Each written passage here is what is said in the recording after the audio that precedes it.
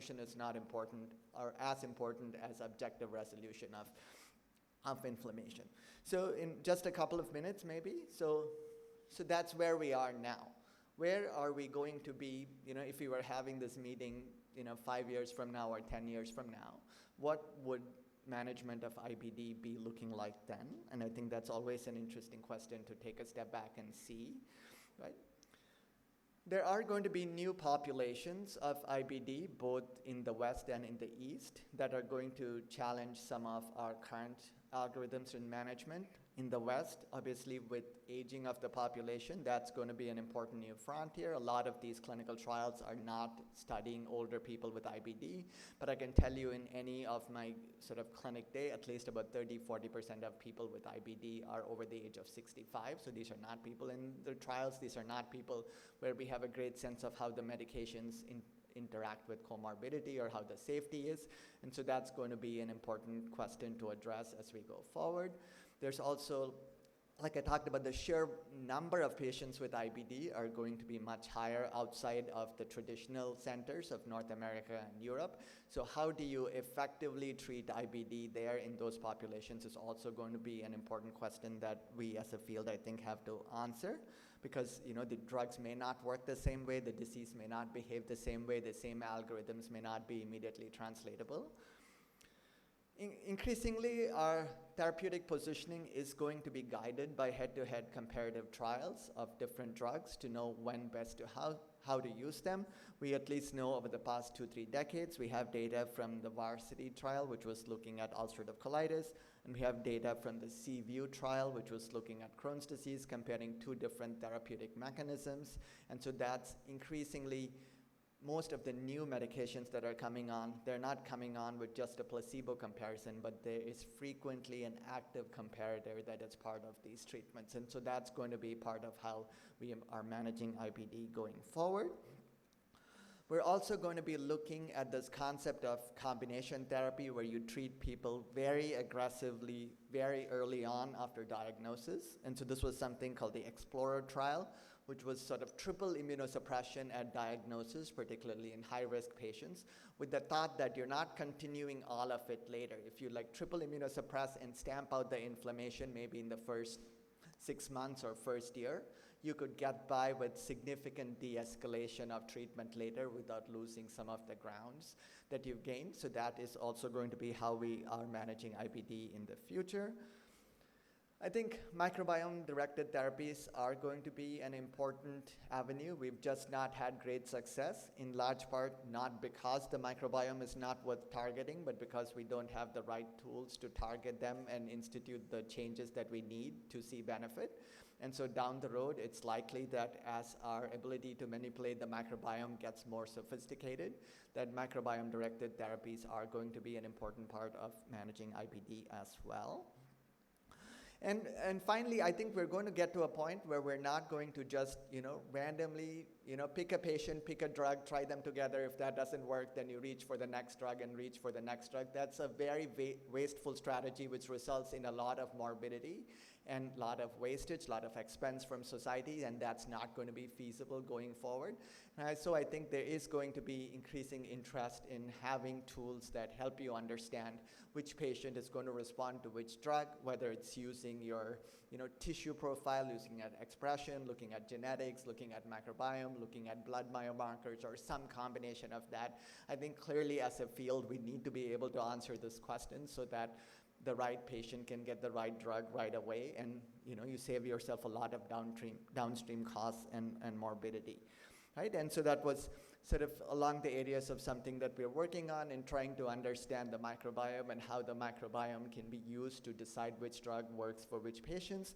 And so what we did in this very small study was looked at 3 different mechanisms: patients with Crohn's disease or ulcerative colitis starting treatment with one of 3 different mechanisms. And we looked at their microbiome and saw that broadly across the entire cohort, the microbiome sort of clustered in 2 different sort of meta communities or families. So let's say you have microbiome type 1 and microbiome type 2. And what we found was that if you had microbiome type 1, was big separation in your response rates between your TNF or anti-integrin therapy, right? So you can imagine that's something being very practically valuable in clinic if you're able to get this kind of data before you start somebody on treatment, and you see if somebody is microbiome type 1, you would lean towards putting that person on anti-TNF therapy as opposed to anti-integrin, because your response rates are going to be that much higher with anti-TNF therapy. And so this concept of sort of personalized dynamic assessment to help guide therapeutic choice, I think, is increasingly going to be an important part of how we manage IBD later. And so with that, I look forward to both the panel discussion and to your questions. Thank you.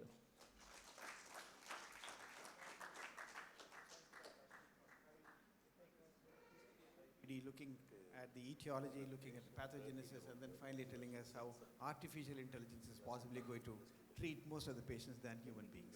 Now the forum, the case is open for discussion. Anybody who has questions can ask Dr. Ashwin. Before the forum, I like to compliment the speaker. I never thought IBD will be so interesting. I thought it's a very dry. We made it wet in a wet state. We went through the gambit of the spectrum of the paradigm shift. Really astonished. I will have some questions during the discussion part. Now I'll ask the. So many people are there. I want younger people to ask. Yeah, the older people, we all become older. I want younger generation to come up. They are probably speaking or dating. Questions are invited. After the second speaker. After the second. Okay. Thank you, sir. We will join, please. I now like to introduce Dr. Devendra Desai.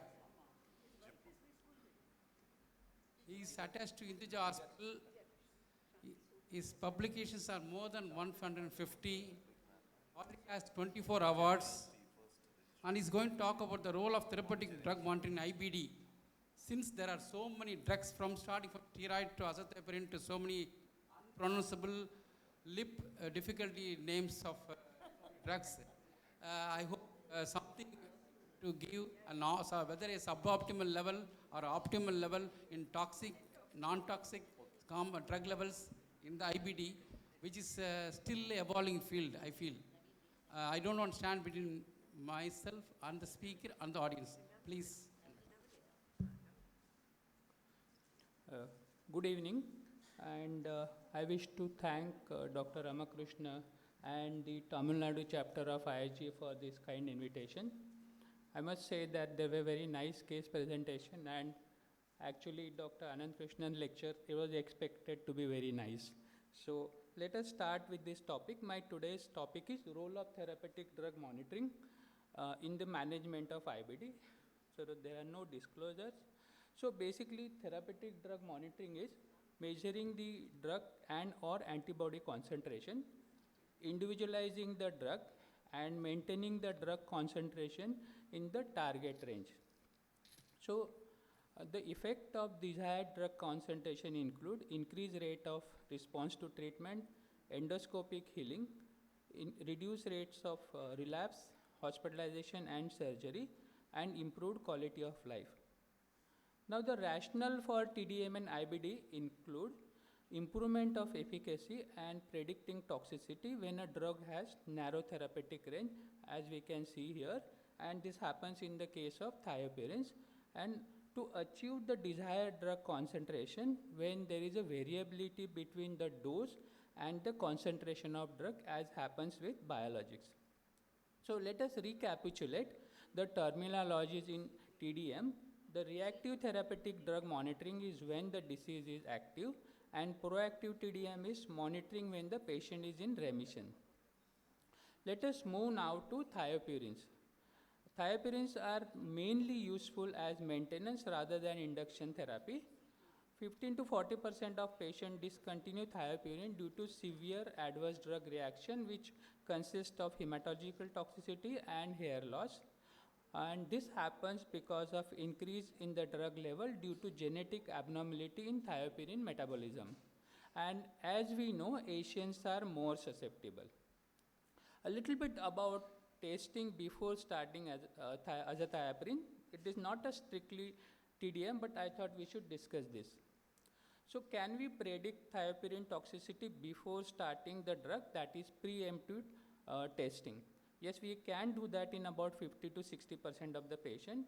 So before starting the TPMT, genotype and NDT15 genotype had been advocated. As we know, TPMT genotype variation occur more in the